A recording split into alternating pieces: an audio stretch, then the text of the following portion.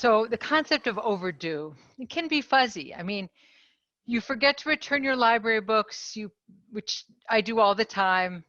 I pay the fine. That's cut and dried. But other times it's hard to know if you're overdue or not. For example, am I overdue to retire from a sport that I have loved so much for so long?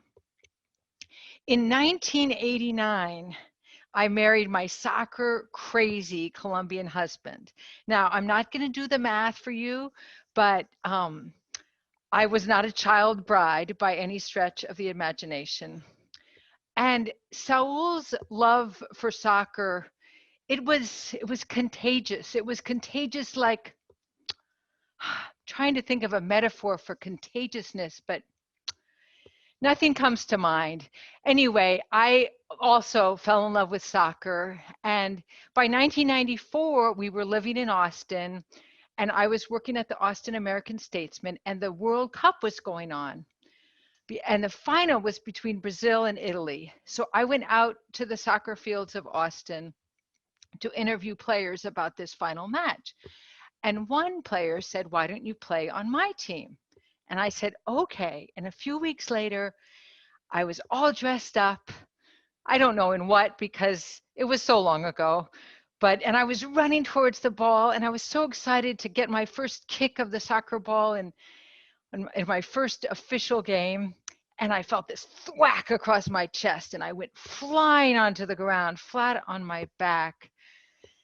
And I got up and started running after the ball again, still trying to get that first touch. And that was something I've been doing. That is something that I have been doing ever since. The Austin soccer scene was crazy.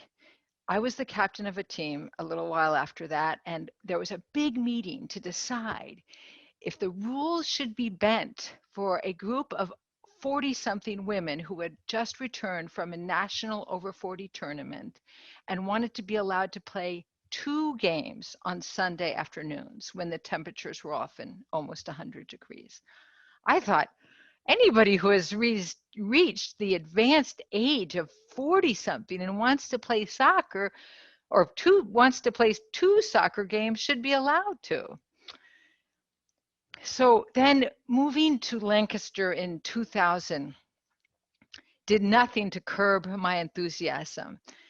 And I also became a soccer mom. And we formed an over 40 team, and we went to the Keystone Games, and we had so much fun. But also, see, unfortunately, sadly, my dear Colombian husband in 2005 got a terrible case of bone cancer. And I missed a lot of games while he was ill.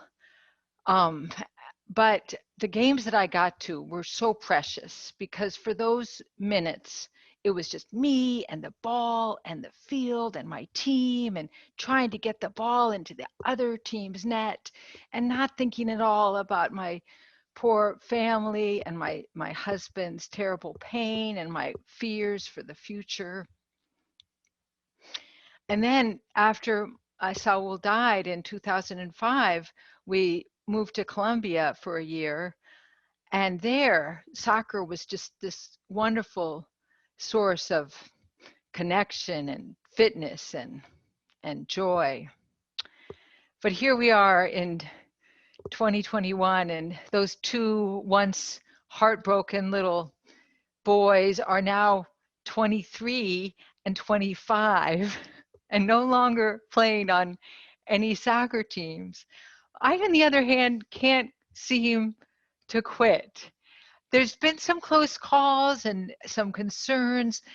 I went to a podiatrist about my arthritic right ankle, and he actually suggested that I stop playing soccer.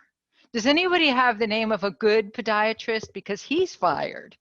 I also had some hamstring problems, but then I started doing more calisthenics and the hamstring issues went away. And the other night, I subbed onto the field and our team was playing so well. We were just passing, moving and talking. And I got this great pass that filtered right through the other team's defense.